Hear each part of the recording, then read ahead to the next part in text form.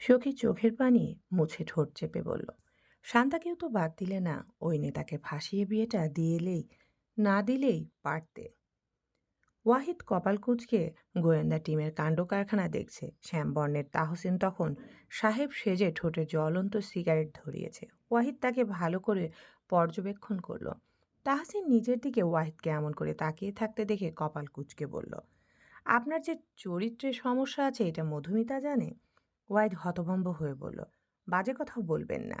তাহলে আমার দিকে এভাবে তাকিয়ে থাকার মানে কি? আমাকে কি আপনার গে মনে হয়? আমার বউ আছে, ভুলে যাচ্ছেন বোধহয়। তাহসিন মাথার চুল পেছনে ঠেলে দিতে দিতে বলল, বউ তো আমারও আছে। আমি কিন্তু আমার বউ ব্যতীত অন্য কারোর দিকে এভাবে তাকিয়ে থাকি না। ওয়াহিদ চোখ সরিয়ে নিয়ে গলা খাকারি দিল, আপনি নিজেকে নিয়ে একটু বেশি সিরিয়াস মনে হয়। তাহসিন ভুরু নাচিয়ে সিগারেটের ধোঁয়া ছাড়ল। আপনি তো আবার আমাকে দেখে এমনভাবে তাকাচ্ছিলেন, মনে হলো প্রেমে পড়ে গেছেন। ওয়াইড বিরক্ত হয়ে বলল, আমি শুধু ভাবছি আপনি সাহেব সেজে দাঁড়িয়ে আছেন অথচ আপনার জুতার ফিতা খোলা। কথা হচ্ছে, আজ হলিহাটে নতুন নতুন মেয়ে আনা হয়েছে। মূলত এদের জোর করে আনা হয় এখানে।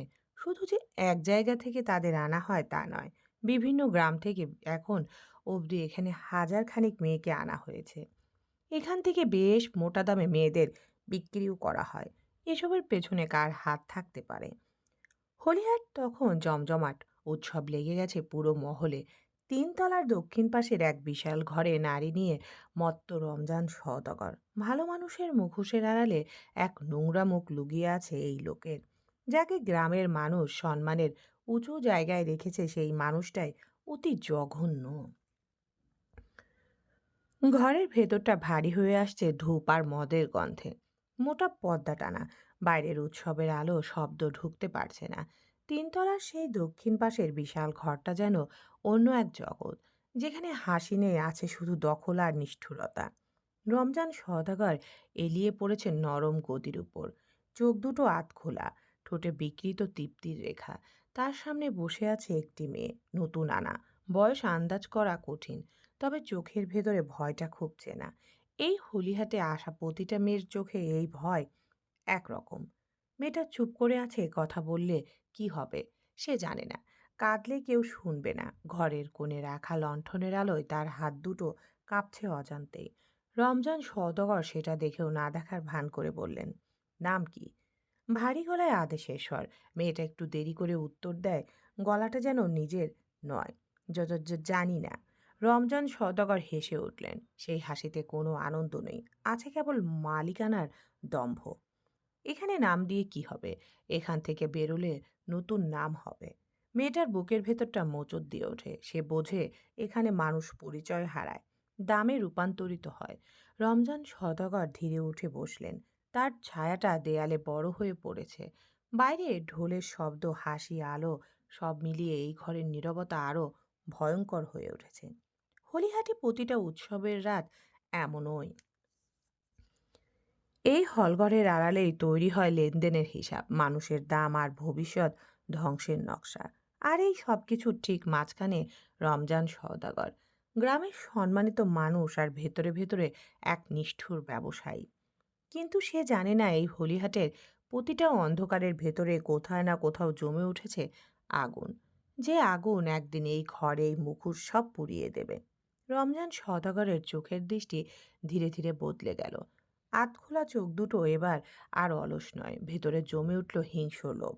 মুখের কোণে থাকা বিকৃতি হাসিটা মিলিয়ে জায়গা নিল কঠিন এক নিষ্ঠুরতায়। মেয়েটা পিছিয়ে যেতে চাইলে কিন্তু পিঠ ঠেকল নরম গদিতে। পালাবার কোনো পথ নেই। ঘরের বাতাসটা যেন আরো ঘন হয়ে উঠল। লণ্ঠনের আলো কেঁপে উঠছে নাকি মেয়েটার চোখ কাঁপছে বোঝা বড্ড মুশকিল। রমজান সওদাগর কাছে এসে দাঁড়ালেন। তার ছায়াটা মেয়েটাকে ঢেকে ফেলল পুরোপুরি। বাইরে ঢোলের শব্দ আরো জোরে বাজতে লাগলো, যেন ভেতরের আর্তনাদ ঢেকে দেওয়ার জন্য এই উৎসব। মেয়েটার ঠোঁট কপাল কিন্তু কোনো শব মেয়েটার ঠোঁট কাঁপল, কিন্তু কোনো শব্দ বেরোলো না। এখানে শব্দের কোনো মূল্য নেই, এটা সে ইতিমধ্যেই জেনে গেছে। ঘরের দরজাটা বন্ধ হলো ভারী শব্দে। হলিহাটের আলো আরো উজ্জ্বল হয়ে উঠল। নিচে লোকজন নাচছে, হাসছে, গান বাজছে। কেউ জানে না তিনতলার ওই দক্ষিণ পাশের ঘরটায় ঠিক এই মুহূর্তে কি হারিয়ে যাচ্ছে। একটা জীবন, একটা নাম, একটা ভবিষ্যৎ। সময় গড়িয়ে গেল, রাত একটু গভীর হলো। চাঁদের চাঁদটা মেঘের আড়ালে ঢুকে পড়েছে। উৎসবের শব্দ এখনো ক্লান্ত, ঢোল থেমে থেমে বাজছে। হাসির আওয়াজ পাতলা হয়ে এসেছে। হলিহাটের গলিতে ধোঁয়া আর আবর্জনার গন্ধ ভেসে বেড়াচ্ছে। ঘরের ভেতরে নিস্তব্ধতা। রমজান সওদাগর আবার গদিতে এলিয়ে পড়েছে। চোখে তৃপ্তির ছাপ, মুখে সেই পুরনো মুখোশ। সব স্বাভাবিক, যেন কিছুই হয়নি। ঘরের এক কোণে মেয়েটা বসে আছে, মাথা নিচু, চোখ ফাঁকা, যেন এই শরীরটার ভেতরে সে আর নেই। নিজের সবচেয়ে বড় সম্মানটাই আজ বিসর্জন হয়েছে এক নরপশুর ক্ষুধার কাছে। কেমন ঘৃণা হচ্ছে নিজের প্রতি। মনে হচ্ছে পুরো শরীরটা টেনে ছিঁড়ে ফেলতে। দরজার বাইরে পাহারাদার ফিসফিস করে বলল, নতুন মাল কাল সকালে পাঠানো হবে। অন্য একজন বলল, হ্যাঁ, ভালো দামে যাবে, খবর দে উপরের লোকদের। এই উপরের লোক কারা? এই প্রশ্নটাই হলিহাটের সবচেয়ে ভয়ঙ্কর প্রশ্ন। কারণ রমজান সওদাগর একা নয়, সে শুধু মুখ। পেছনে আছে হাত, মাথা আর পুরো একটা অদৃশ্য জাল। আর রাত যত গভীর হয়, এই জাল তত শক্ত হয়। অন্ধকার যত ঘন হয়, আগুনের তাপও তত বাড়ে। রাতের অন্ধকারে আজ বিষণ্ণতা লুকিয়ে আছে বড্ড বেশি। কিশোরী বয়সে বাড়ির বড় বধূ হয়ে পা রেখেছিল আফিয়া। আজ অনেকটা বছর কেটে গেছে বিবাহের। অপরিচিত জায়গাখানা আজ বড্ড চেনা। শুধু অচেনা হয়ে রয়ে গেছে তার স্বামী। খোলা জানালা দিয়ে হাওয়া বইছে। আফিয়া বিয়ের পর পড়াশোনা করেছিল বেশ কিছুদিন। তার জন্য মাহতাব একটা পড়ার টেবিল বানিয়ে দিয়েছিল। আজ সেই টেবিলের সামনে মেয়েটা চেয়ার টেনে বসেছে। হাতে ধরেছে কালো কলম। সামনে সাদা ধবধবে খাতা। সে মুখের সামনে চলে আসা চুলগুলো কানের পিঠে গুজে দিয়ে কলম চালালো। কোথা থেকে শুরু করবে ঠিক বুঝে উঠতে পারছি না। হঠাৎ সব রেখে খাতায় কেন লিখতে বসেছে সেটাও জানি না। তবে আজ বড্ড ইচ্ছে করে কাউকে বুকে চেপে রাখা কথাগুলো খুলে বলতে। ইচ্ছে করছে খোলা বইয়ের মতো নিজেকে মেলে দিতে। আজকাল বুকে এত যন্ত্রণা হয়, মনে হয় এই বুঝি আমার পানটাকেও টেনে ছিঁড়ে বের করছে। আচ্ছা, আচ্ছা। আমার কি জীবনে সুখ আসবে না কখনো? এই তখন নিয়ে মৃত্যু হবে আমার? আমি কি দুনিয়ায় একটু সুখ উপভোগ করতে পারবো না? দিন যত যাচ্ছে তত দুঃখ বাড়ছে। এত দুঃখ রাখার জায়গাটা কোথায়? আফিয়া লেখা থামিয়ে ঠোঁট কামড়ে জানালার বাইরে তাকালো। বাইরে চাঁদের আবছা আলোয় আলোকিত চারপাশ। চাঁদের আলোটা জানালার কাচ ছুঁয়ে ভেতরে ঢুকছে। কিন্তু সেই আলো আফিয়ার চোখে কোনো উষ্ণতা আনতে পারল না। বুকের ভেতর জমে থাকা ভারটা যেন আরো ভারী হয়ে উঠল। সে আবার খাতার দিকে তাকালো। কলমটা একটু কেঁপে উঠল, তবুও থামল না। আমি জানি না আমার এই লেখাগুলো কেউ কোনোদিন পড়বে কিনা। হয়তো না। হয়তো এই খাতাটাও একদিন পুড়ে যাবে, যা বা হারিয়ে যাবে। কিন্তু লিখতে না পারলে আমি দমবন্ধ হয়ে মরে যাব। এই বাড়ির দেয়ালগুলো সব শুনে কিন্তু কিছু বলে না। মানুষগুলো দেখে কিন্তু বোঝে না। আর আমি প্রতিদিন একটু একটু করে হারিয়ে যাচ্ছি। আজ ইচ্ছে করছে মায়ের বুকে মুখ গুজে চিৎকার করে কাঁদতে। ইচ্ছে করছে অচেনা শহরে হারিয়ে যেতে। পিছনে ফেলে আসা এত স্মৃতি মস্তিষ্ক থেকে সরছে না। যত সব ভুলে যেতে চাইছি, তত আমায় আঁকড়ে ধরছে। আমার সব কিছু থেকে মুক্তি চাই, খোলা আকাশে উড়ে যেতে চাই। চাই আমার কবর যেন অতি শীঘ্রই খোঁড়া হয়। আফিয়া লেখা থামিয়ে ফিসফিস করে বলল, মরণ তুমি আপন হয়ে বুকে আগলে নাও আমায়। শেষ লাইনটা লিখে আপিয়া খাতাটা বন্ধ করতেই দরজায় হালকা একটা শব্দ হলো। কাঠের গায়ে কারো আঙ্গুলের নরম টোকা। আফিয়া চমকে উঠল। বুকের ভেতর ঢক করে উঠল, যেন নিজের গোপন আর্তনাদ কেউ ধরে ফেলেছে। সে তাড়াতাড়ি চোখের কোণ মুছে নিল, খাতাটা টেবিলের ড্রয়ারে ঢুকিয়ে রাখলো। তারপর ধীরে ধীরে দরজার কাছে গেল। কে? গলাটা নিজের কাছে অপরিচিত শোনালো। দরজার ওপাশ থেকে মাহতাবের কণ্ঠ, আমি। আফিয়া দরজাটা খুলল। মাহতাব দাঁড়িয়ে আছে সামনে, গায়ে দিনের ক্লান্তি, চোখের নিচে হালকা ছায়া। দুজনের চোখাচোখি হলো। মাহতাব যেন কিছু একটা বলতে গিয়েও থেমে গেল। এত রাতে জাগছো কেন? মাহতাব জিজ্ঞেস করলো। গলাটা অস্বাভাবিক নরম। আফিয়া একটু সরে দাঁড়ালো। ঘুম আসছিল না। মাহতাব ঘরের ভেতর ঢুকলো, টেবিলের দিকে একবার তাকালো, তারপর জানালার দিকে। খোলা জানালা দিয়ে হাওয়া ঢুকছে, পর্দা দুলছে। জানালা খোলা রেখেছো, ঠান্ডা লেগে যাবে। আফিয়া কোনো উত্তর দিল না, শুধু জানালার দিকে তাকিয়ে রইল। মাহতাব নিজেই এগিয়ে গিয়ে জানালাটা একটু বন্ধ করে দিল। আফিয়ার কাছে আজকাল নিজেকে ভীষণ তুচ্ছ মনে হয়। এই যে তার স্বামী মাহাতাব, সে দেহের চাহিদা পূরণ হলে আর তাকে মনে রাখে? ভালোবাসা তো অবশ্যই ছিল, ভালোবাসা থেকে শারীরিক টান তৈরি হয়, কিন্তু দেহের চাহিদা মেটানোই কি ভালোবাসা বলে? সে এগিয়ে গিয়ে বিছানায় বসলো। মাহতাব শুয়েছে টান টান হয়ে। আফিয়া বলল, কি মনে করে? মাহতাব চোখ বন্ধ রেখেই বলল, আমার বুকে একটু মাথা রাখবে আফি? ইচ্ছে করছে না, শুধু একবার। ঘৃণা হয় আমার, তাও কবুল। আফিয়া তবুও পিছু ফিরে একটা বার মাহতাবের দিকে তাকালো না। মাহতাব লম্বা শ্বাস টেনে নিজেকে শান্ত করলো। নিজের হাত বাড়িয়ে আফিয়াকে টেনে বুকে শক্ত করে জড়িয়ে ধরে নিচু গলায় বলল, যদি আমার মৃত্যু হয় তাহলে আমায় ক্ষমা করো আফি। তোমায় দুঃখ ছাড়া কখনো সুখ দিতে পারিনি। আফিয়া চোখ বন্ধ করে বলল, এমন পাপের ক্ষমা হয় না, তুমি করলেই হবে। আফিয়া উত্তর দিল না, তার আর কথা বলতে ইচ্ছে করছে না। একটা সময় যার বুকে মাথা রেখে সারা রাত কাটিয়েছে, আজ সেই মানুষটার বুকে বিষের মতো লাগছে।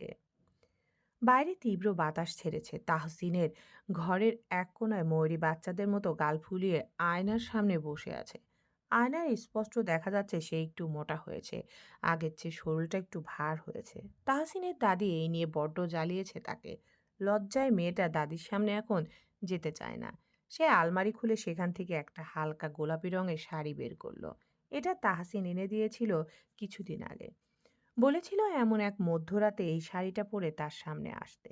কিশোরী যে দিন দিন বড্ড দুষ্টু হয়ে যাচ্ছে, এটা আদৌ সে বুঝতে পারছে? পড়াশোনা গোল্লাই দিয়ে মেতে উঠেছে সংসারে। স্বামী বউ বলতে পাগল, অন্যদিকে বউ স্বামী বলতে পাগল। ময়ূরী শাড়িটা গায়ে জড়িয়ে আয়নার সামনে দাঁড়ালো। হালকা গোলাপি রংটা তার গায়ে যেন আরো নরম হয়ে ফুটেছে। চোখে কাজল টানতে গিয়ে হাত কাঁপলো একটু। আয়নায় নিজের চোখের দিকে তাকিয়ে সে নিজেই হেসে ফেলল। এই চোখেই তো কত লাজ, কত দুষ্টুমি একসাথে বাসা বেঁধেছে। আঁচলটা কাঁধে তুলে নিয়ে যত্ন করে কোমরে গুজল। তারপর অজান্তেই পেটের উপর হাত বুলালো।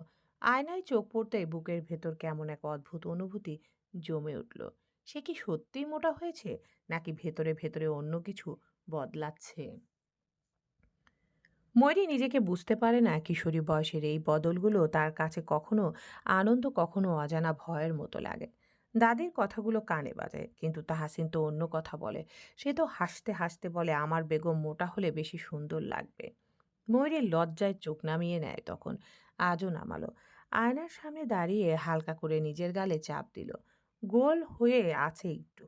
প্রভু, খারাপ লাগছে না, বরং কেমন এক গোপন সুখ কাজ করছে ভেতরে। হঠাৎ বাইরে পায়ের শব্দ হলো। তাহসিন ফিসফিস করে বলল সে। কোনো উত্তর এলো না। হয়তো সে এখনো বাইরে। ময়ূরী একবার দরজার দিকে তাকিয়ে আবার আয়নার দিকে ফিরল। কপালে টিপ পড়ল ছোট্ট করে। আজ কেন যেন নিজেকে খুব আপন মনে হচ্ছে তার। নিজের শরীর, নিজের মন, সবকিছু নতুন করে চিনতে চাইছে। আজ পুতুল নেই ঘরে। পুতুলের দাদি তাকে এই ঘরে রাখতে চান না রাতে। ময়ূরী যদিও রাখতে চেয়েছিল, কিন্তু শাশুড়ির কথা অমান্য করার সাহস হয়নি। দরজায় শব্দ হলো তখন। ময়ূরী তাড়াতাড়ি দৌড়ে গিয়ে দরজা খুলে দিল। তাহসিন ঠোঁট চেপে গম্ভীর হয়ে দাঁড়িয়েছিল বাইরে। হঠাৎ ময়ূরীকে নতুন রূপে নিজের সামনে দেখে স্তব্ধ হয়ে গেল। ড্যাব ড্যাব করে তাকিয়ে রইল তার কিশোরী বধূর দিকে। শুকনো ঢোক গিলল সে। ভেতরে ঢুকে দরজা আটকে বলল, বেগম, আজ মিসবাহ তাহসিনের বেগম সেজেছেন? ময়ূরীর লজ্জায় দৃষ্টি এদিক ওদিক করে বলল, আমায় ভালো লাগছে না। তাহসিন তাড়াহুড়ো করে বলল, খারাপ লাগার প্রশ্নই আসে না। হুট করেই তাহসিন ময়ূরীকে পাজা কোলে তুলে নিয়ে পালঙ্কের নিকটে এগিয়ে যাওয়ার চেষ্টা করলে ময়ূরী নাক ছিটকে বলল, বাইরে থেকে এসেই বাদরামি শুরু করেছেন, পরিষ্কার হয়ে আসুন আগে। তাহসিন অধৈর্য হয়ে বলল, একসাথে হব। ময়ূরীর চোখ নামিয়ে দরজার দিকে তাকিয়ে থাকলেও তার দৃষ্টি ক্রমে জানলার থেকে ঘরে ফিরে আসে। ময়ূরীর শরীর অজান্তেই কেঁপে ওঠে। শ্বাসের শব্দ, হৃদয়ের টোকা, একরকম নীরব তৃষ্ণা। ঘরটা যেন তাদের জন্য একটা আলাদা জগৎ হয়ে উঠেছে। ময়ূরী চোখ বন্ধ করে শুধু তাহসিনের নিঃশ্বাস অনুভব করছিল।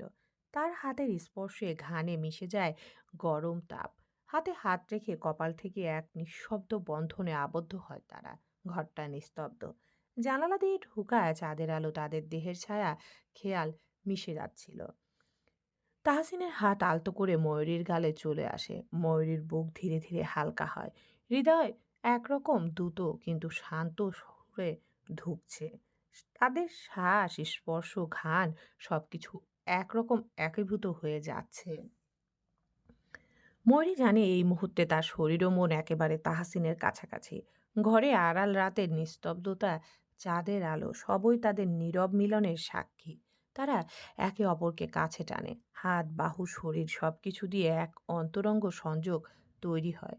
বাইরে তাদের বাতাস বইছে, চাঁদ আকাশে অর্ধেক লুকিয়েছে। কিন্তু এই কোণে তাদের পৃথিবী শুধুই একে অপরের। শুরুটা ছিল এক রোমাঞ্চ, এখন তা ক্লান্ত অথচ গভীর ঘনিষ্ঠতার রূপ নিয়েছে। রাত যখন গভীর তখন তাহসিন এবং তার বেগম সজাগ। তাহসিন সিগারেট ধরিয়েছে ঠোঁটে, ময়ূরীর শরীর গুটিয়ে শুয়ে আছে তাহসিনের শরীর ঘেঁষে। আগে যেমন তাহসিন ময়ূরীর থেকে কথা লুকাতো, এখন সেই ভুলটা সে করে না।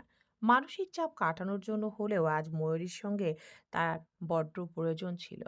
তাহসিন সিগারেট শেষ করে শক্ত করে জড়িয়ে ধরল ময়ূরীকে। মাথায় চুমু এঁকে বলল, কি করব ঠিক বুঝতে পারছি না, একদিকে পরিবার অন্যদিকে। ময়ূরী ঘাড় উঁচিয়ে তাহাসিনের দিকে তাকালো। হাত বাড়িয়ে তার মাথায় হাত বুলিয়ে দিতে দিতে বলল, হাজার প্রাণ বাঁচাতে যদি জীবন দিতে হয় তাহলে জীবন কোরবান করতেও পিছুপা হবেন না। আমার কি করা দরকার এটা আমি জানি, কিন্তু ময়ূরী সাহস দিয়ে বলল, কাল আমি জয় দেখতে চাই, পরিবারের কথা ভাবলে হবে না, এটা অন্যায়। তাহসিন মাথা নাড়ল। কাল তার জীবনের সবচেয়ে ভয়াবহ দিন হতে চলেছে। হয়তো জীবনের সবচেয়ে বড় সিদ্ধান্ত কাল তাকে নিতে হবে। ময়ূরী কথা এড়িয়ে গিয়ে তাহসিনের খালি বুকে নাক ঘষে বলল, আপনার মেয়ে আজ কি আবদার করেছে জানেন? তাহসিন বলল, কি বলেছে? তার একটা ভাই চাই। তাহসিন ঠোঁট টিপে হাসল, বলল, আর আমার একটা রাজকন্যা। সওদাগর বাড়ির বিশাল অট্টালিকা, যে বাড়ির প্রতিটি ইটে অভিজাত্য আর ঐতিহ্যের আস্ফলন। এই অতিকায় রাজপ্রাসাদের ছোট বউ হয়ে যেদিন ময়ূরী পা রাখলো সেদিন অনেকেই বাঁকা চোখে তাকিয়েছিল। অঢেল প্রাচুর্যের এই ভিড়ে ময়ূরী ছিল এক চিলতে সাদা মাঠা রোদ্দুরের মতো। যেখানে দামি ঝাল লণ্ঠনের নিচে হীরের গয়নার ঝিলিক চলে, সেখানে ময়ূরী কেবল একজোড়া কাচের চুড়ি আর সুতি শাড়িতেই নিজের স্বাচ্ছন্দ্য খুঁজে নেয়। বাড়ির বড় কর্ত্রী যখন আভিজাত্যের পাল্লায় সম্পর্কের ওজন মাপেন, ময়ূরী তখন রান্নাঘরের কাজের মানুষের সাথে হাসি মুখে গল্প জুড়তে ব্যস্ত। তার কাছে সংসার মানে কর্তৃত্ব নয়, বরং সবাইকে এক সুতোয় বেঁধে রাখা। বেশ কয়েকদিন আগে একদিন সন্ধ্যায় ড্রয়িং রুমে যখন সম্পত্তি বিষয় আশায় নিয়ে উত্তপ্ত আলোচনা চলছিল, তখন ময়ূরী আলতো পায়ে সেখানে গিয়ে দাঁড়ালো। তার হাতে ছিল বাড়ির সবার জন্য নিজের হাতে বানানো গরম চা। বড় যে শান্তা তাচ্ছিল্য স্বরে বলল, এত বড় পরিবারের মান সম্মান কি এসব সাধারণ চা নাস্তায় থাকে ময়ূরী? একটু রাজকীয় চালচলন শিখতে পারো না? ময়ূরী মৃদু হেসে ধীর কণ্ঠে উত্তর দিল, সোনা তো তপ্ত আগুনে পুড়লেই তবেই চেনা যায়। এই বিশাল অট্টালিকা আর সম্পত্তি হয়তো আমাদের ক্ষমতা দেখায়, কিন্তু একে কি সংসার বলা যায়? সংসার তো সেই জায়গা যেখানে ছোট বড় ভেদাভেদ ভুলে এক থালায় ভাত খাওয়া যায়, যেখানে প্রাচুর্যের অহংকার নেই, আছে শুধু এক অপরের প্রতি অগাধ বিশ্বাস। তার স্বামী তাহসিন দূর থেকে ময়ূরীর এই স্নিগ্ধ রূপ দেখেছিল। সে জানে এই হাজার কোটি টাকার ভিড়ে ময়ূরী হলো একদম শুদ্ধ সোনা। যে বাড়ির মানুষগুলো যন্ত্রের মতো ছুটছে, সেখানে ময়ূরী হলো সেই শীতল ছায়া, যে মায়ার প্রলেপ দিয়ে ভাঙা সম্পর্কগুলো জুড়তে জানে। বড়দের ভুরুকুটি অপেক্ষা করে ময়ূরী তার সাধারণত্বের মহিমায় পুরো বাড়িকে এক অদ্ভুত মায়ার জালে জড়িয়ে ফেলেছিল। সে বুঝেছিল বড় পরিবারের বউ হওয়া মানে কেবল শাসন করা নয়, বরং পরম মমতায় সবাইকে আগলে রাখা। তার কাছে সেই ভাঙা চলার স্বপ্ন আর এই সওদাগর বাড়ির ব্যস্ততা সব এক হয়ে যায় যখন সে দিন শেষে তাহসিনের চোখে নিজের জন্য এক ফালি নিশ্চিত আশ্রয় দেখতে পায়। ষোড়শীর কাঁধে এই বিশাল পরিবারের ভার হয়তো ভারী ছিল, কিন্তু তার হৃদয়ের সরলতা সেই ভারকে ভালোবাসার পালকে রূপান্তর করেছিল। তাহসিনের জীবনে ময়নের আগমন সহজ ছিল না, কারণ সে শুধু একজন স্বামী নয়, একটি 4 বছরের শিশুর বাবা। পুতুল সওদাগর, নামটার মতোই ছোট্ট, গোলগাল চোখ দুটো বিস্ময়ে ভরা। একটা ছোট্ট বাচ্চা। ময়ূরী যখন এই বাড়িতে বউ হয়ে আসে, তখন পুতুলের পৃথিবীটা ছিল অদ্ভুতভাবে নিঃসঙ্গ। মায়ের শূন্যতা সে বোঝে না, শুধু অনুভব করে, মাঝে মধ্যে হঠাৎ চুপ করে যায়। আবার হঠাৎই কান্নায় ভেঙে পড়ে। কেউ জিজ্ঞেস করলে উত্তর দেয় না, শুধু বাবার গলা খুঁজে বেড়ায়। প্রথম দিন পুতুল ময়ূরীকে দেখেছিল দূর থেকে। নতুন মানুষ, নতুন গন্ধ। সে ভয় পেয়েছিল বাবার পাশে এক অচেনা নারীকে দেখে। ময়ূরী সেটা বুঝেছিল এক নজরেই। সে কাছে যায়নি, জোর করে আদর করতে চায়নি, শুধু নিচু হয়ে পুতুলের চোখের দিকে তাকিয়েছিল। পরের দিন সে পুতুলের জন্য নিজের হাতে রুটি বানিয়েছিল, ছোট ছোট গোল করে। আরেকদিন চুলে বেনি করে দিতে চেয়েছিল, যদিও ঠিকঠাক পারছিল না। কয়েকদিন পর এক সকালে রান্নাঘরে দাঁড়িয়ে থাকা ময়ূরীর আঁচল ধরে টান দিয়েছিল পুতুল। খুব ছোট্ট গলায় বলেছিল, মা। শব্দটা শোনার সঙ্গে সঙ্গে ময়ূরীর বুকটা কেঁপে উঠেছিল। সন্তান গর্ভে ধারণ না করেও এক শিশুর জননী পদবি গ্রহণ করেছিল আল্লাহকে সাক্ষী রেখে। তাহসিন দূর থেকে দেখেছিল দৃশ্যটা। বড় বাড়ির মানুষগুলো তখনও ফিসফাস করত, নিজের সন্তান নয়, কতদিন টানবে। ষড়শী বউ এত দায় সামলাতে পারবে? কিন্তু ময়ূরী জানতো, মা হওয়ার জন্য রক্ত লাগে না, লাগে বুক ভরা মমতা। সে পুতুলকে কোলে নিয়েছিল যেমন করে, তাতে কোনো হিসাব ছিল না নিজের পরের। রাতে পুতুল ঘুমিয়ে পড়লে ময়ূরী তার কপালে হাত বুলিয়ে দিত। এই বাড়ির আভিজাত্য, সম্পত্তি, ক্ষমতার বাইরে এই ছোট্ট শিশুটাই ছিল তার সংসারের প্রথম শিকড়।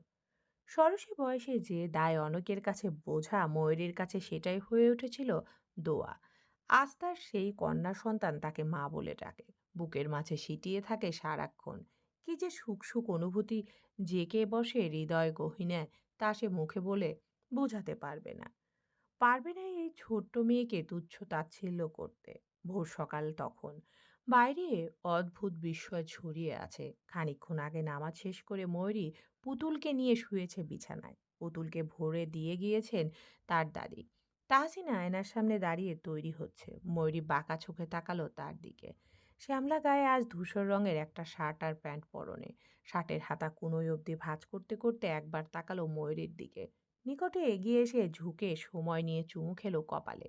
ঘুমন্ত পুতুলের কপালেও আলতো করে ঠোঁট ছোঁয়ালো। ময়ূরীর ভেজা মাথায় হাত বুলিয়ে নিচু গলায় বলল, পুতুলের খেয়াল রেখো। খানিকক্ষণ পর তাহসিন অন্ধকারে মিলিয়ে গেল। আলো ফুটতে শুরু করলো চারপাশে। পুতুলের ঘুম ভাঙতেই ময়ূরী তাকে পরিষ্কার করে দিয়ে নিচে নিয়ে এলো খাওয়াবে বলে। নিচে তখন বাড়ির প্রত্যেক মহিলাই উপস্থিত। ময়ূরী চুপচাপ চেয়ার টেনে পুতুলকে বসালো, পাশে নিজে বসে প্লেটে ভাত নিল। মেয়েরা সবাই তখন খেতে বসেছে সেখানে। কনক আজকাল ময়ূরীর সামনে খুব কম আসে, যত পারে এড়িয়ে যাওয়ার চেষ্টা করে। আজ অদ্ভুত ব্যবহার করেছে মেয়েটা। অযথা ময়ূরীর সাথে মেজাজ দেখাচ্ছে সে। অননিমা বেগম এক পর্যায়ে বিরক্ত হয়ে বললেন, খাওয়ার সময় হচ্ছে কি এসব? তিনি ধমক দিতেই কনকের মা চওড়া গলায় বললেন, একদিনে এই অবস্থা বড় আপা, আমার মেয়েরে এমনি বকো কেন? অনরিমা বেগম বললেন, সে বেয়াদবি করছে কেন? বেয়াদবি কই করলো? হয়তো খালি তরকারির বাতিটা চাইলো। তোমার বউ যদি না দেয় তাইলে কি করবি? ময়ূরী এবার তপ্ত নিঃশ্বাস ত্যাগ করে বলল, অযথা ঝগড়া কেন করছেন ছোট আম্মা? সব তো তার সামনেই আছে। এখন কি ভাত মেখে তার মুখে তুলে দিতে হবে? কনক চোখ ছোট ছোট করে বলল, এত নাটক করছো কেন? দেবে না বললেই তো হলো নাকি? নাটকটা করছে কে? তুমি বড্ড বেশি বাড়াবাড়ি করছো বলে মনে হচ্ছে না? এক পর্যায়ে কনক রেগে ভাতের প্লেট দূরে ঠেলে দিয়ে চওড়া কণ্ঠে বলল, ছোট লোক তো ছোট লোকই হয়, কার সাথে কিভাবে কথা বলতে হয় জানো না? তাহসিন কেন এই রাস্তার মেয়েকে তুলে এনো?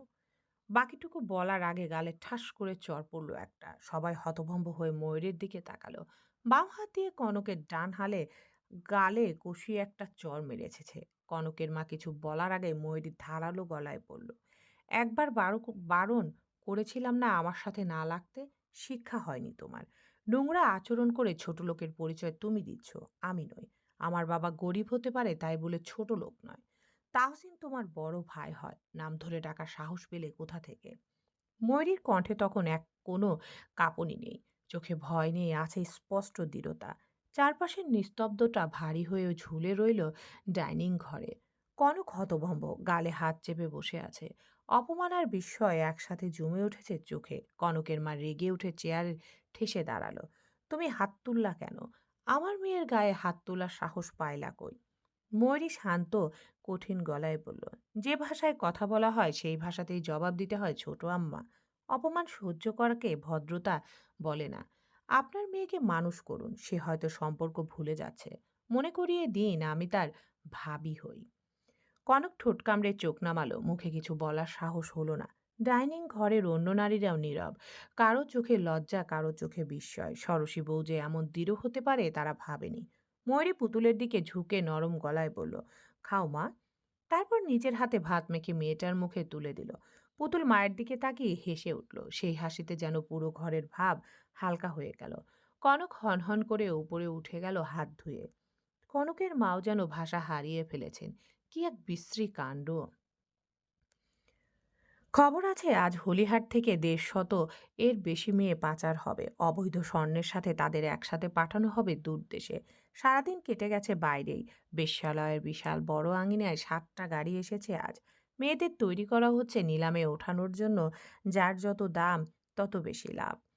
বেশ্যালয়ের ভেতরের বাতাসটা আজ ভারী ভীষণ। কেবল গরমের নয়, ভারী মানুষের আর্তশ্বাসে, ভয় আর অসহায়তার গন্ধে।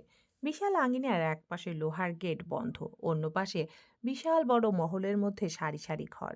প্রতিটা ঘরের ভেতরে বসে আছে ভাঙা চোখের মেয়েরা। কেউ কিশোরী, কেউ সদ্য যৌবনে পা দেওয়া, আবার কেউ কারো মা হওয়ার বয়সে পৌঁছে গেছে। তবুও এখানে সবার পরিচয় একটাই, পণ্য। আজকের দিনটা আলাদা। হলিহাট থেকে আনা ১৫০ মেয়েকে সাজানো হচ্ছে।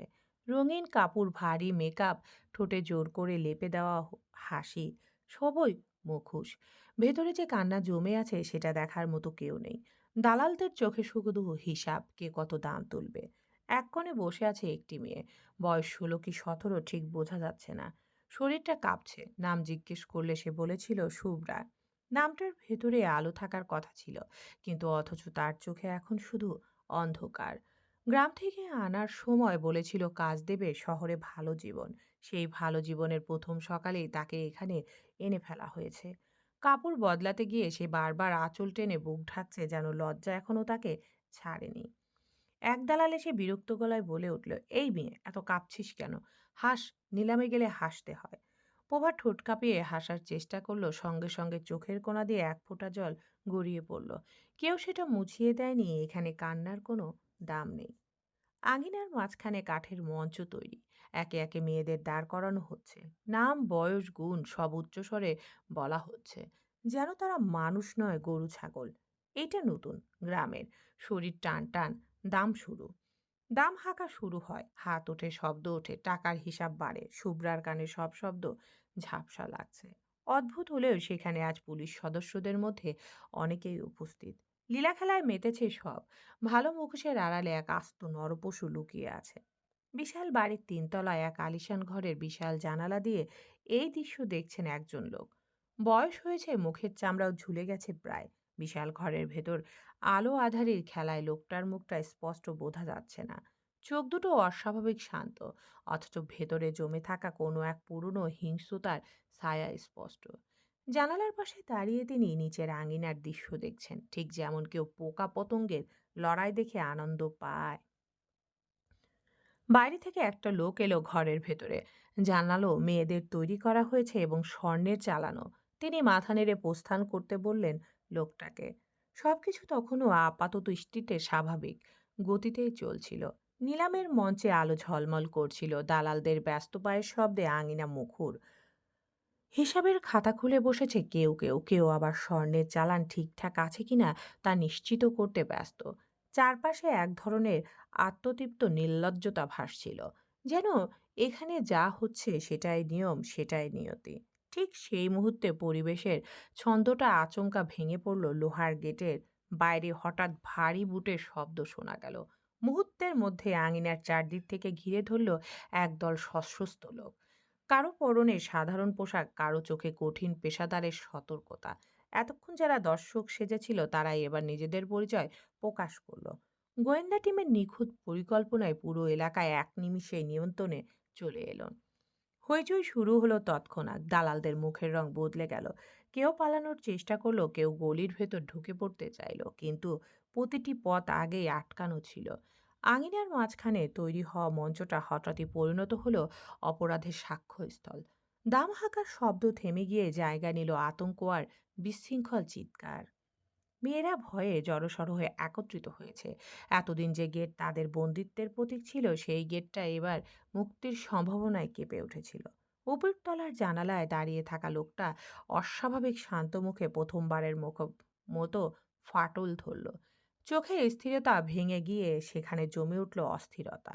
এতদিনের সাজানো পরিকল্পনা, ক্ষমতা, অহংকার সবকিছু এক মুহূর্তে তাসের ঘরের মতো নড়বড়ে হয়ে উঠল। গোয়েন্দা দলের তৎপরতায় পুরো বাগান, ঘর, গোপন কক্ষ একে একে তল্লাশি হতে লাগলো। অবৈধ স্বর্ণের চালান, কাগজপত্র, হিসাবের খাতা সবকিছুই আলোর নিচে আসতে শুরু করলো। এতদিন যে অন্ধকার নির্ভয়ে বেড়ে উঠেছিল, সেই অন্ধকার আজ প্রথমবার আলোর মুখোমুখি দাঁড়িয়েছে। আঙিনার বাতাস তখনও ভারী, তবে সেই ভারের ভেতর লুকিয়ে ছিল এক ধরনের কাপা স্বস্তি। কান্না, ভয় আর অবিশ্বাসের মাঝেই জন্ম নিচ্ছিল মুক্তির ক্ষীণ আশা। যে জায়গাটা এতক্ষণ ছিল মানুষের বাজার, সেই জায়গাটায় ধীরে ধীরে পরিণত হচ্ছিল অপরাধের শেষ অধ্যায়ে। পুরো মহল যখন গোয়েন্দা টিম ঘিরে ধরেছে, তখন গোয়েন্দা অফিসার নওমান তাহির তিনতলার সেই বিশাল আলিশান ঘরের সামনে হাতে বন্দুক নিয়ে দাঁড়িয়ে আছে, অস্থির মন নিয়ে। শুকনো ঢোক গিলে দরজা ধাক্কা দিতেই সামনে দুজন লোককে দেখতে পেল সে। যে দুজন দরজা ধাক্কার শব্দ শুনে আতঙ্কিত হয়ে পিছু ফিরে দাঁড়িয়েছেন। নমান অবিশ্বাস্য চোখে তাকালো সেই দুই লোকের দিকে। ভেতরে দাঁড়িয়ে থাকা দুইজন লোকও যেন তাকে দেখে হতভম্ব। ভিতরে সেই লোকের মধ্যে উপস্থিত ছিলেন রমজান সওদাগর। তিনি দরজার দিকে তাকিয়ে কাঁপা কাঁপা গলায় বললেন, তাহসিন। হ্যাঁ, এতদিন যারা নওমান তাহিরকে জানতে চেয়েছিলে, সেই নওমান তাহির রহমান সওদাগরের ছোট পুত্র মিসবাহ তাহসিন সওদাগর। এই বিশাল কেস তার ঘাড়ে এসেছিল বলেই নিজ গ্রামে এসেছিল পরিচয় গোপন করে। নিজে গোয়েন্দা অফিসার হয়েও গুণাক্ষরে টের পায়নি নিজের পরিবারের সাথে জড়িত। সে বুঝতে পেরেছিল এর সাথে চাচা জড়িত আছে, কিন্তু পাশে দাঁড়ানো লোকটা, তিনি কি করে? তাহসিন অবিশ্বাস্য চোখে আজ পানি চিকচিক করছে লজ্জায়। সে কম্পিত গলায় উচ্চারণ করল, দাদা, আপনি কি করে এসবে? বলতে বলতে তাহসিনের গলা ধরে এলো। বোরহান সওদাগর নাতি রেহেন রূপ দেখে হতবাক হয়ে দাঁড়িয়ে রইলেন। মুহূর্তেই ঘর ভরে গেল অফিসার দিকে। হ্যান্ডকাপ পরানো হলো তাদের হাতে। দরজার সামনে সুখী হেলান দিয়ে দাঁড়িয়েছিল। ঠোঁটের কোণায় এক অদ্ভুত নরম হাসি খেলে গেল তার। গায়ের শাড়ির আঁচল মুড়িয়ে বলল, পাপ কখনো বাপকেও ছাড়ে না। কি অদ্ভুত, তাই না? আজ নিজের নাতির সামনে মাথা উঁচু করে দাঁড়ানোর সাহসটুকুও নেই। রমজান সওদাগর সুখীকে উপেক্ষা করে তাহসিনকে বললেন, তুমি যা ভাবছো তেমন কিছুই না। তাহসিন ধীর পায়ে গিয়ে দাদার রাজকীয় চেয়ারে বসে মাথা ঝুঁকিয়ে ফ্লোরে দৃষ্টি রেখে বলল, তাহলে আমার ভাইকে খুন করেছে কে? কে আফিয়া ভাবির বাবাকে খুন করেছে? কেই বা এই বিশাল পাপিষ্ঠ সাম্রাজ্যের মাথা? আপনারা এই নোংরা খেলায় মেতে আমার ভাইয়ের জানটাও টেনে ছিঁড়ে খেয়েছে। এতিম করেছেন আমার মেয়েকে। হাজার হাজার নারীর জীবন ধ্বংস করেও বলছেন তেমন কিছুই না। বোরহান সওদাগর শুকনো ঢোক গিলে গম্ভীর গলায় বললেন, না জেনে শুধু শুধু দোষারোপ করছো কেন? তাহসিন দাদার চোখের দিকে তাকালো। সব উত্তর যেন আজ তাহাসিনের চোখে ভেসে উঠেছে। তাহসিন তাদের হাতের দিকে তাকালো, যেখানে হ্যান্ডকাপ লাগানো হয়েছে। সে দৃষ্টি ফিরিয়ে নিল। তীব্র ঘৃণায় গলার স্বরও কেঁপে উঠল এবার। আমার ভাইয়ের সাথে সাথে তার নিষ্পাপ স্ত্রীকেও মেরেছেন আপনারা। আপনাদের এই পাপ সম্পর্কে ভাইয়া জেনেছিল বলে পথের কাঁটা ভেবে নিজের রক্তকে খুন করতে দুইবার ভাবেননি। ভাবেননি আমার এই ফুলের মতো ফুটফুটে মেয়েটার ভবিষ্যৎ কি হবে। মা বাবা ছাড়া কি করে বড় হবে সে? তাহসিনের চোখ দুটো লাল হয়ে উঠল। গাল বেয়ে গড়িয়ে পড়া অশ্রুগুলো আর লুকাবার চেষ্টা করল না সে। কণ্ঠ ভারী হয়ে এলো, তবুও থামল না। আপনারা জানেন দাদা, ওর স্বপ্ন কি ছিল? একটা শান্ত সংসার, নিজের মেয়েকে বুকে নিয়ে নির্ভয়ে বাঁচা। কিন্তু আপনাদের লোভ, ক্ষমতা আর পাপের ভারে সবকিছু চাপা পড়ে গেল। আমার ভাই শুধু রক্তের সম্পর্ক না, আমার ছায়া ছিল। আর আজ সেই ছায়াটুকু আপনারাই কেড়ে নিয়েছেন। একজন আদর্শ পুলিশ অফিসারের সাথে সাথে বিনা দোষে তার স্ত্রীকেও খুন করেছেন। আপনাদের কি একটুও বুক কাঁপেনি? এই যে আজ হাজার হাজার নারীকে দিয়ে দেহ ব্যবসা করাচ্ছেন, আপনাদের কি লজ্জা করছে না? বাড়িতে বউ বাচ্চা তো আপনাদেরও আছে। তারা, তাহসিন কথা থামালো। রমজান সওদাগর এবার আর চোখ তুলে তাকাতে পারলেন না। মাথা নিচু করে দাঁড়িয়ে রইলেন। তাহসিন আজ মনকে শক্ত করে খুব বড় একটা সিদ্ধান্ত নিতে বাধ্য হলো। আজ দাদা এবং চাচাকে অ্যারেস্ট করার পর হয়তো তাদের মৃত্যুদণ্ড দেওয়া হবে, কিংবা আজীবন জেলে সেই চার দেয়ালের মাঝে পচে গলে মরতে হবে। তাহসিন এখনো সেই মহলে উপস্থিত। দাদার সাথে আরো অনেকেই যুক্ত আছেন যারা রাজনীতির সাথে জড়িত। এর আগেও তাহসিন বেশ কয়েকজন নেতাকে অ্যারেস্ট করেছিল, শুধু প্রমাণ পাচ্ছিল না এতদিন। আজ যখন প্রমাণ হাতের মুঠোয় তখন পুরো পৃথিবী অন্যদিকে। তাদের নিয়ে যাওয়া হয়েছে, তাহসিন বেশ্যালয়ের সব মেয়েদেরকে সুরক্ষিত রাখার ব্যবস্থা করেছে। কত নারী সেখানে উপস্থিত, কেউ কেউ তো ময়ূরীর থেকেও ছোট। তাহসিনের হুট করে ময়ূরীর মুখখানা মনে পড়ল। ময়ূরীর মতো এখানে শত নারী উপস্থিত। বুক চিরে বেরিয়ে এলো লম্বা দীর্ঘশ্বাস। রমজান সওদাগরের সাথে সাথে এক চম্পাকেও শিশু নির্যাতন মামলায় আটক করা হয়েছে। সুখী আফসোসের চোখে বোনের বিদায় দেখেছে। ওয়াহিদ ঠিক তার পাশেই ছিল। সুখী তাকে উদ্দেশ্য করে বলল, আজ সব পাপের ধ্বংস হলো। তাহসিন পাশ থেকে কপালে হাত স্লাইড করে বলল, এখন আপনার ভাগ্নিকে নিজের কাছে আনার ব্যবস্থা করুন। আমার ভাইয়ের সংসারে আগুন লাগিয়ে রেখেছে সে। সুখী বলল, তা কি করে হয়? সে সংসার করছে ওই নেতার সাথে। বিয়ে করলেই সংসার হয় না। মাহাতাব ভাই বাধ্য হয়েছিল বিয়ে করতে। আপনার ভাই যদি চায় তাহলে আমার আপত্তি নেই। এত বড় খবরখানা সওদাগর বাড়ির সবার কানে পৌঁছাতে এক প্রকার যুদ্ধ শুরু হলো। রজনী বেগম প্রায় পাগল পাগল অবস্থা। তিনি চিৎকার করছেন। তিনি মানতে নারাজ তার স্বামী এমন জঘন্য কাজ করতে পারে। মাহতাব মাথা নিচু করে বসে আছে ড্রয়িং রুমের সোফায়। এই কালো জগতের কারণে সে তার সংসার ভেঙেছে, চাচার ফাঁদে পা দিয়ে এক বেশ্যালয়ের মেয়েকে বিয়ে করতে বাধ্য হয়েছে। শান্তা সিঁড়ির এক কোণে দাঁড়িয়ে কাঁদছে। আপিয়া হতবাক এত নোংরা সত্যের মুখোমুখি হয়ে। ময়ূরী চুপচাপ দাঁড়িয়ে আছে শাশুড়ির পাশে। আজ তার কিছু বলার নেই। তাহসিন বাড়ি ফিরল রাতে। বিষণ্ণ পায়ে পা রাখতেই হতভম্ব হয়ে গেল কনকের মায়ের কাছে। কনকের মা ময়ূরীর চুলের মুঠি ধরে বাজে ভাষায় গালিগালাজ করছেন। অনিরুমা বেগম তাকে থামাতে পারছেন না। সে ছুটে গিয়ে ময়ূরীকে টেনে বুকে জড়িয়ে ধরে হুংকার ছেড়ে বলল, আমার স্ত্রীর গায়ে হাত তোলার সাহস হলো কি করে ছোট আম্মা? আপনার হাত কিন্তু ভেঙে গুড়িয়ে ফেলবো আমি। ময়ূরী তাহসিনের শার্টের কাপড় টেনে ডুকরে উঠল। কনকের মা চিৎকার করে বললেন, তোরা বাইর হয়ে যা এই বাড়ি থেকে। তুই তাহসিন কেমনে পারলি তোর দাদা আর চাচারে জেলে দিতে? আপনার স্বামী দুধে ধোয়া তুলসী পাতা নয়। সে হাজারো নারীর জীবন নষ্ট করেছে ছোট আম্মা। ছোট ছোট বাচ্চার সাথে। ছি, আমার বলতেও ঘৃণা হচ্ছে। সব মিথ্যা। তোরা নাটক সাজাইয়া আমার সংসার নষ্ট করতাছোস। আপনার সংসার আগেই ভেঙেছে, শুধু আপনি টের পাননি। কনকের মা হাই হাই করে মাটিতে বসে পড়লেন। মাটি থাপড়ে আহাজারি শুরু করলেন। রজনী বেগম স্তব্ধ হয়ে গেছেন ততক্ষণে। তাহসিন আর চোখে সেদিকে তাকিয়ে মাহাতাবের দিকে তাকালো। পুরো বাড়িটা কেমন ভেঙে গুড়িয়ে গেছে এক মুহূর্তেই। ড্রয়িং রুম ভর্তি বাড়ির প্রত্যেকটা সদস্য। তাহসিন শুকনো ঢোক গিলে ময়ূরীর মাথায় হাত বুলিয়ে ফিসফিস করে বলল, কেঁদো না। তাহসিন তাকে রেখে দাদির কাছে গিয়ে বসলো ফ্লোরে। রজনী বেগম সোফায় বসেছিলেন ক্লান্ত শরীর নিয়ে। তাহসিন খুব শান্ত গলায় বলল, তুমি তো অন্যায় মানো না তাই না দাদি? নারী পাচার থেকে শুরু করে জোর করে তাদের দিয়ে দেহ ব্যবসা অবধি করিয়েছে তারা। আমারও তো সন্তান আছে দাদি। আমার একটা মেয়ে আছে। আমি কখনো চাইবো না আমার মেয়ের সাথেও ভবিষ্যতে এমন নোংরা কিছু হোক। আমার মতো ওই মেয়েদেরও তো পরিবার আছে বলো। আমিও আমিও প্রথমে বিশ্বাস করিনি দাদা এসবে জড়িত থাকতে পারে। আম তাহসিন কথা শেষ করার আগে রজনী বেগম এক অবাক কাণ্ড ঘটিয়ে বসলেন। আজ এই প্রথম তিনি তাহসিনকে থাপ্পড় মারলেন। রাগে তার শরীর কাঁপছে। ময়ূরী আঁচল চাপল মুখে। অরুণিমা বেগমের কণ্ঠ ছিটকে বের হলো শব্দ, আম্মা। রজনী বেগম রাগে থরথর করে কাঁপছিলেন। তাহসিন দীর্ঘশ্বাস ফেলল। দাদি এবার বিষের মতো বাক্য বের করলেন মুখ দিয়ে, তুই আমার কেউ না। তোর লগে আজকের পর থেকে আমার কোনো সম্পর্ক নাই।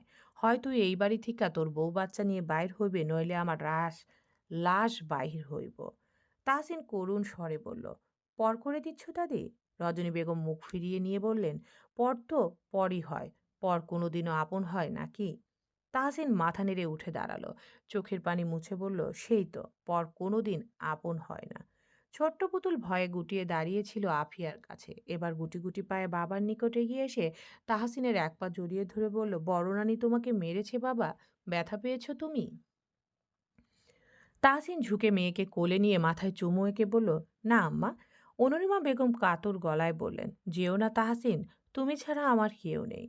তাহসিন ছলছল চোখে মায়ের দিকে তাকিয়ে বাচ্চাদের মতো আবদার করে বলল, আমার সাথে চলো না মা। যাবে আমার সাথে? অরুণিমা বেগম এই বাড়ি ছেড়ে এই মুহূর্তে কিছুতেই যেতে পারবে না। তিনি আঁচল চেপে কেঁদে উঠলেন। তাহসিন বুঝে গেল মায়ের উত্তর। সে পিছু ফিরে ময়ূরীর এক হাত আঁকড়ে ধরতে মাহাতাব বলল, যাস না, দাদি রাগের মাথায় বলে ফেলেছে এসব। তাহসিন মৃদু হেসে বলল, আমার স্ত্রী সন্তানের সম্মান সবার আগে। আজ থেকে পুরো পরিবারের দায়িত্ব তোমার। সবাইকে আগলে রেখো ভাইয়া। তাহসিন সদর দরজার দিকে এগিয়ে গেল। আফিয়া বলল, যাস না ময়ূরী। ময়ূরী ঠোঁট কামড়ে তাহসিনের হাত ধরে এক কাপড়ে বের হলো স্বামীর হাত ধরে। সে জানতো এমন কিছুই হবে। তাহসিন বেরিয়ে যাওয়ার পর সওদাগর বাড়ির নীরবতা ভারী হলো। কি হবে তাদের ভবিষ্যৎ? দহনে জ্বলছিল আফিহার হৃদয়। বাবার মৃত্যুর খবর শুনে তাহসিন বেরিয়ে যাওয়ার পরপরই ছুটে গেছে নিজের ঘরে।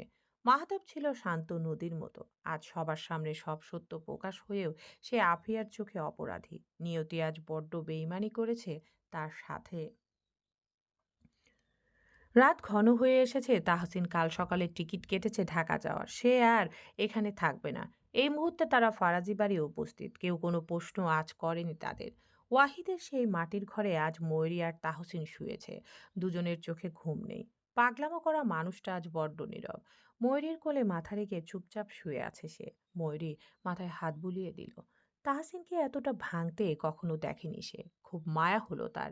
মৃদু গলায় বলল, রাতে কিছু খাননি আপনি? আমি এক মুঠো ভাত খাইয়ে দিই আপনাকে।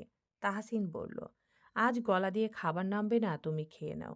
আপনাকে রেখে আমি খাই কি করে? তাহসিন হঠাৎ মুখ গুজল ময়ূরীর পেটে। ময়ূরী স্পষ্ট টের পাচ্ছিল তাহসিন কাঁদছে।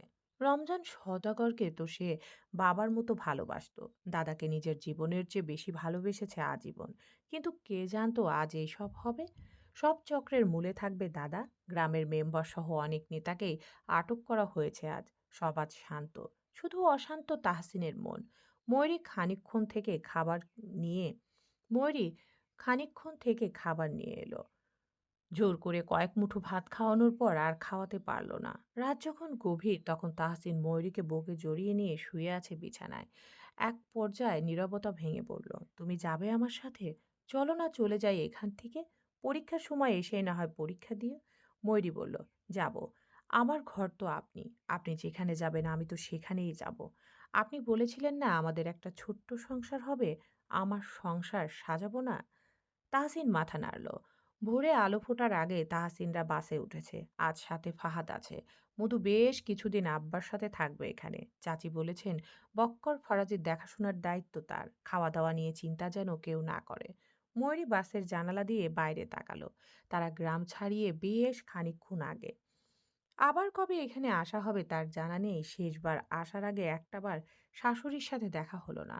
আফিয়ার হাত ধরে বলা হলো না, তুমি ভালো থেকো। তাহসিন হাত বাড়িয়ে কাছে টেনে নিল তাকে। ময়ূরীর কপালে কপাল ঠেকিয়ে ফিসফিস করে বলল, মাঝে মাঝে রক্তের সম্পর্ক কেবল একগুচ্ছ পরিচয় বহন করে, কিন্তু মানসিক শান্তি আর সম্মান যখন হারিয়ে যায় তখন বিচ্ছেদই হয়ে ওঠে একমাত্র মুক্তির পথ। কিন্তু বিদায় খুব যন্ত্রণাদায়ক হলেও অপরিহার্য। কারণ বিষাক্ত কোনো ছোঁয়ার নিচে বেঁচে থাকার চেয়ে একাকী পথ চলা অনেক বেশি সম্মানের। চলবে।